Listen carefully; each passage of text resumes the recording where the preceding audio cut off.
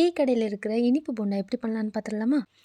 நான் எடுத்துருக்க கிண்ணம் சைஸில் சுகர் ஆட் பண்ணுறேன். அது கூட 5, 6 ஏலக்காய் ஆட் பண்ணி நல்லா கொஞ்சம் மைல்டாக அரைச்சி எடுத்துக்கிறேன்.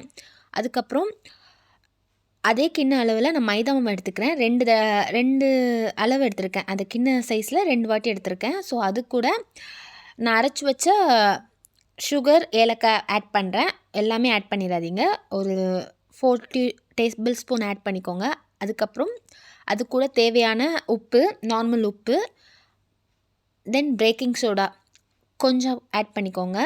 அதுக்கப்புறம் 3 டேபிள் ஸ்பூன் கர்ட் ஆட் பண்ணிக்கோங்க.